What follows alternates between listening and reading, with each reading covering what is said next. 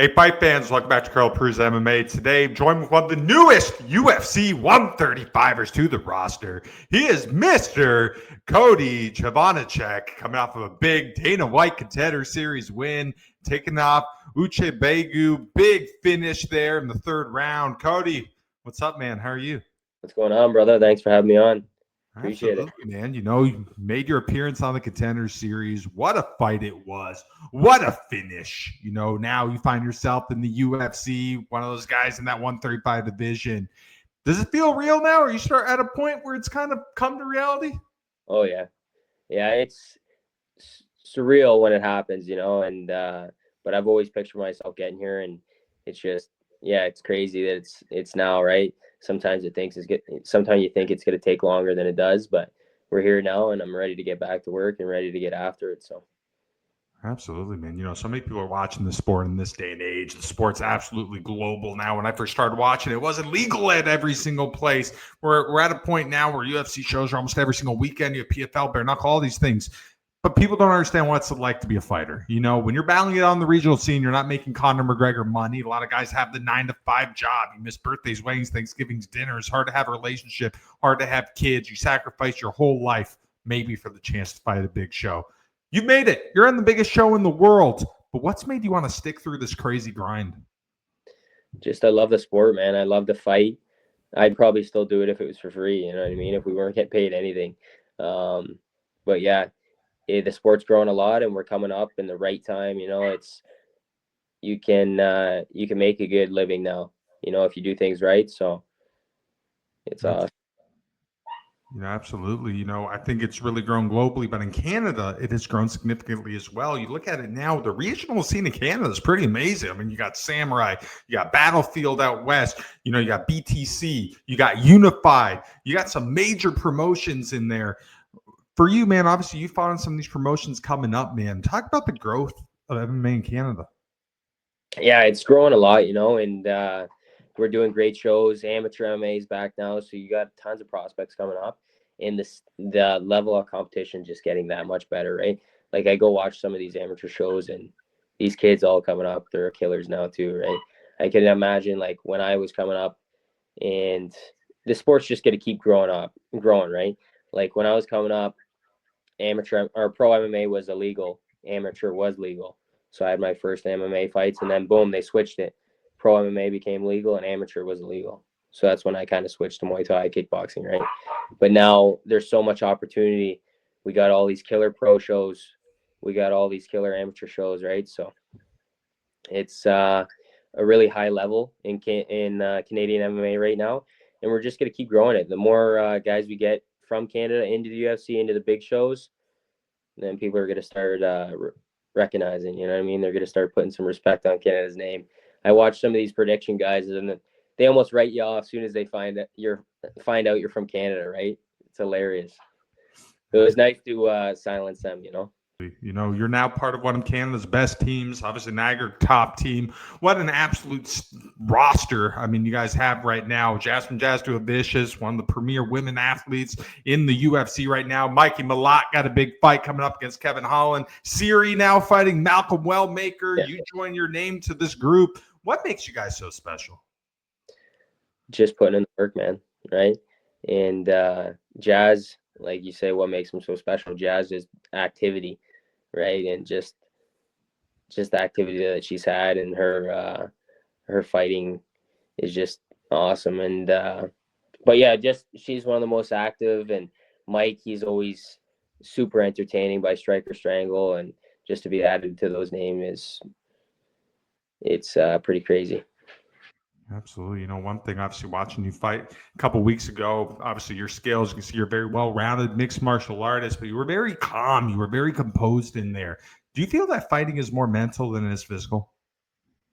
There's a big physical aspect. Oh, yeah, I guess you're saying it. Yeah, I'd say it's probably more mental, but there's a huge physical aspect to it too, right? And that plays into your mental. If you show up and you're not physically on point and the game isn't there, then the mentality is not going to be there, right? You have to have the physicality and the training to back that mentality.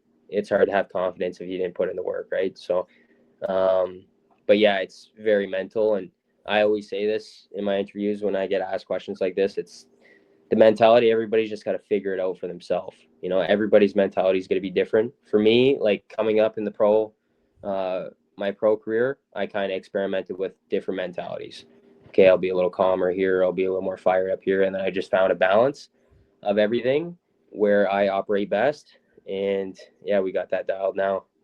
It was a little different. Like usually I like to feed off the crowd and like get the pop from the crowd and kind of use that energy, right? You can almost harness that energy, but there's no crowd on Contender Series. But just having Dana and my close family and my coaches and my girlfriend there and everything, and plays into it too. But just having Dana White, Sean Shelby, Mick Maynard, and Hunter Campbell cage side, it's like, okay, this is my time to.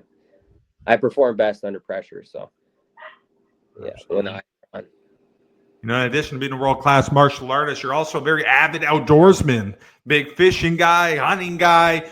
Do you find some parallels there with the patience that you get from the outdoor stuff? Do you feel benefit to that in the fighting game? yeah, I wouldn't say the patience, but like it's like primal instinct, like fighting is primal, fishing, hunting, that's a primal instinct. That's why I'm drawn to those things, I think. And like a lot of the time, if I'm out fishing, yeah, there might be a little bit of patience, but we're pretty dialed now. Like I should be catching them right away. And if I'm not catching them right away, we're moving on to something else. There's always another bite to find or a different spot to try. So yeah, there was a lot of patience when I first started when I was trying to figure things out. But once you get dialed, man, it should be happening right away. It's not like I'm sitting out there with a worm and a bobber just waiting. Absolutely. So where were you at, man, when you got the phone call that you were fighting on the Contender Series? So after my title defense fight, we actually took a trip out to Miramichi, New Brunswick. And one of my friends invited me up there. So me and my girlfriend, Danielle, we went up there and we did like a little fishing / like vacation thing. So we were catching stripers in Miramichi. We had this big lobster dinner planned out. My buddy ended up buying 50 lobster for like $200. Me and my girlfriend ate 22 between the two of us. And just perfectly at that time, right before dinner, my manager calls me and he got the good news. So it was he gives me a ring and he goes, I got bad news and good news. Which one you want first? So I'm already thinking like, oh fuck, we didn't get the call. And I'm like, just hit me with the bad news. He's like, the bad news is you're fighting on a Tuesday night. So right then and there, we just went ecstatic. Absolutely, man. Real. You talked about fighting in that very intimate, different atmosphere, man. I love the Contender Series because it's really like nothing else. It's the perfect job interview. There's no walkout music. They don't even call your name. You go in there, hardly anyone in the place, and you just do your thing. You just fight, try to get into the promotion.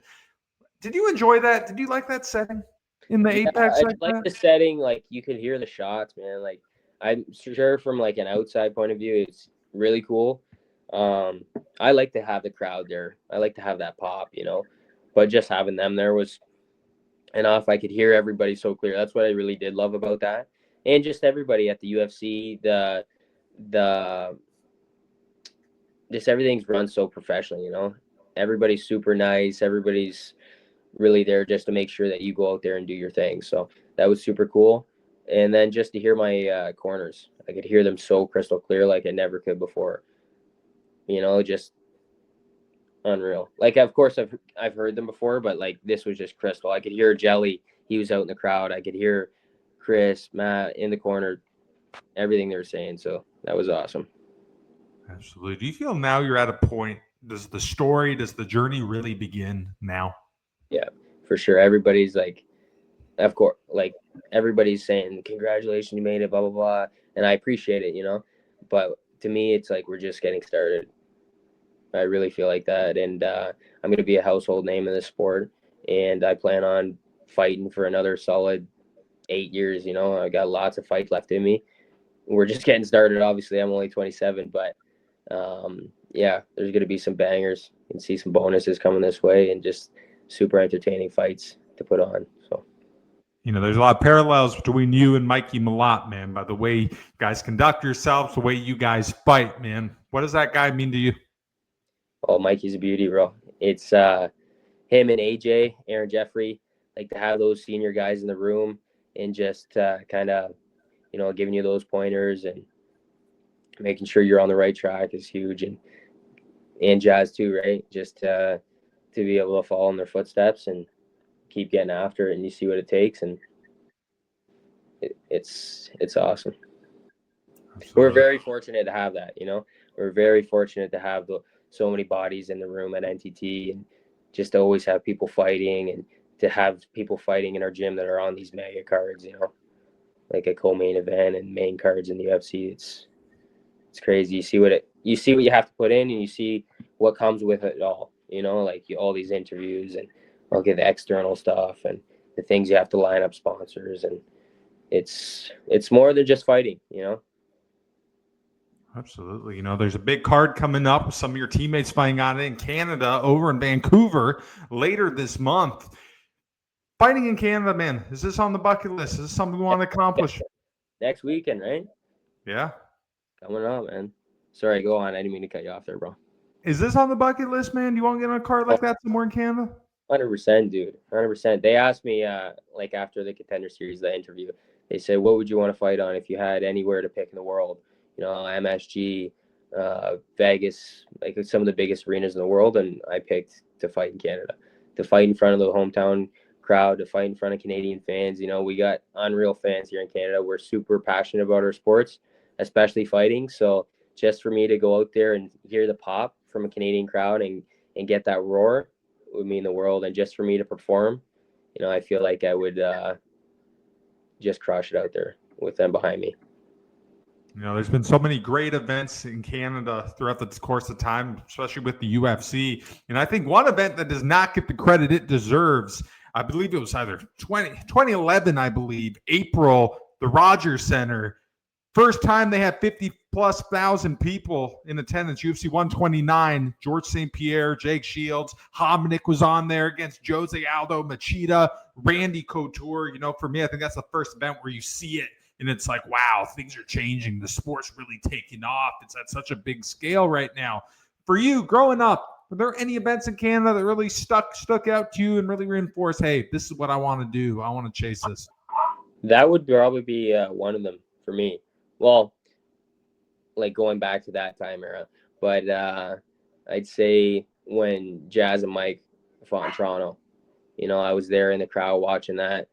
And obviously I'm close with Jazz and Mike, but just to watch them go out there and just to hear that pop, like standing O almost, they went out there and they killed it. And just to hear that, man, I want to hear that. I want to stand by that cage and put my arms out, get the fans sellied up, get them all fired up. And yeah, that would definitely be one of them. For you, what's the ultimate goal? What do you want to accomplish in the sport, Cody? To be a world champion, just keep climbing those ranks and get to that belt. I think I have it in me, and we're just going to keep putting in the work and keep climbing those ranks. But I want to be one of the most exciting fighters in the UFC. Like when people are tuning in to watch, like I want everybody to tune in when I'm fighting, like, oh, it's a Chovancek fight. Like this is going to be a sick fight. It's going to be a banger. So that's what I want to hear. By watching you fight, man, there's no such thing as a boring Cody Chovancek fight, man. You always go out there, you're looking for the finish, you have that killer instinct. You know how to talk, you can mix it up on the mic, you relate to the younger people, especially in Canada. You feel like you're going to become a fan favorite here relatively quickly. Like, I think you could be like the new Nelk boy. You could be part of the Nelk boys in this. That's what I was saying. They got to get full send outdoors going here. That should be a thing. But yeah, I hope so. Like I'm just being myself. I'm not trying to be anybody else. I'm not trying to play a persona out there. I'm just trying to be myself and put on exciting fights for the fans all the time. And yeah, just keep putting in the work, and we're going to build that fan base. Absolutely. Before I let you go here, I want to run through some big fights coming up. I want to get your prediction to think who's going to win some of these big matchups. So this weekend, tomorrow night, we got a big one. You got Charles Oliveira in action. He's taking on Matus Gamrot. Who do you think wins that one? These big cards just sneak up on you. Eh? Like when I heard that the other day, I'm like, oh, wow, that's already here.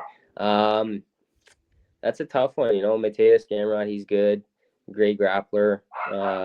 But I got to go with Du Bronx. I'm a Du Bronx fan. Absolutely. he can get it done on the ground. Maybe let his striking flow a little bit too, and then once Mateo shoots, strangle him. Absolutely. Then Canada and Vancouver, the big main event there. You got Renier de Ridder taking on Brandon Allen. Who wins that one? I haven't seen a whole lot of DeRitter. I haven't seen any of his like one fights or anything, but I seen what he did to Bo Nickel and Brandon Allen. He's a really good fighter too, obviously. To be honest, I'm not sure. I think I'm going to go with the underdog and go with Brandon Allen. In October, we got a big heavyweight title fight. You got Cyril Gane trying to get that heavyweight title from Tom Aspinall. Who wins that? I got to go with Tom Aspinall on that. I think he's just too clean with the hands, and he's more well-rounded than Cyril Gane. I think he can mix it up with the wrestling too if he has to, and just the speed on that guy. These guys are both super athletic heavyweights, so that's going to be an entertaining fight to watch, but I'm going to go with Aspinall. Absolutely. Last one, November card, New York, Madison Square Garden, huge main event. Jack Della Maddalena putting that 170 strap on the line. Islam Makhachev coming up trying to get it from him. Who wins that? I'm going to go with Jack. I think he can keep the distance and catch Islam coming in, and just with clean footwork. Jack's got really nice footwork, and he doesn't waste anything on his punches. He's very efficient with his strikes. So I think he can get it done. I think he can keep it clean. I think he can keep it long and catch him. Absolutely. We just talked about some of the biggest names in the sport. You train with some of the biggest names in the sport. When you're seeing these big fights, these big names, does that pump you up? Do you get any motivation off of it? Oh yeah, for sure. For sure. I love watching the sport, and just to kind of watch these guys and see what they're doing and try to add something from their game into my game, especially with some of these KO knockout artists, how they're doing it, what they're setting it up. Are they mixing their tempo change, or they put some light shots out there, or are they just swinging all the time? There's a lot of different styles, and Jack Della Maddalena is definitely a fun style to watch, and something I'm trying to like take some of his stuff and try to incorporate it in my own game. He's good at switching stances, so that's why I like it too, because he can switch stance so easily with that, or get angles on guys so easy by switching stance. So that's something I look for. So just to draw the similarities, and then somebody that's already mastered that, and we're trying to get to there, right? So yeah, it's always fun to watch. Absolutely. You're in that 135 division, a division that's really been one of the premier divisions in the sport now for many years. So many big names in there, man. Malcolm Wellmaker's the world, Payne Talbot's, Henry Cejudo's in there, Marlon Rivera's in there. We go keep on going on and on with this. Umar Merab. Does it excite you knowing that, man, you get in there now, there's really not an easy name in that division, ranked or unranked. Does that excite you? Oh yeah, for sure. For sure. I always say, like, the better the opposition, the better I'm going to perform. And I really believe that, it just brings something else out in you. But yeah, it's the UFC. What do you expect, right? It's the best fight league in the world, and all the best fighters are there. So it's something I knew was going to happen, and it's something I look forward to. There's going to be some banger fights for sure. Absolutely. So when you get ready to fight here now going forward, you're going to be fighting on Saturday nights this time. And I always joke around with my buddy Jesse Ronson about this. Being from Toronto, fighting us on a Saturday night between November and March or April, you're rivaled with the Maple Leafs. Are you going to have to get some of these Toronto Maple Leaf fans to stop watching the game and watch you instead? Yeah, no doubt, eh? Yeah, hopefully they, yeah, for sure. Just give them come on, what do you guys want to watch? You guys get so fired up when a fight goes on in the game. Why don't you just watch the fight from the get-go? There you go. All right, Cody, last question for you, brother. So we're finishing up 2025 here, but in a perfect world, man, for the next year or so, what do you hope to happen? In a perfect world, what happens here going forward?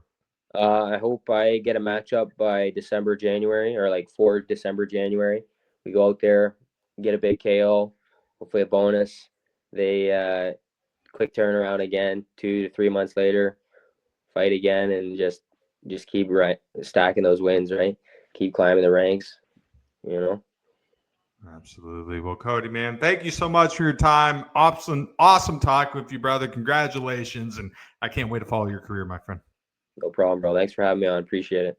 Absolutely. That's it for us today. I'm Carl Perusa. He is Mr. Cody Chovancek. Watch him, fans. This guy's got a big future. Take care.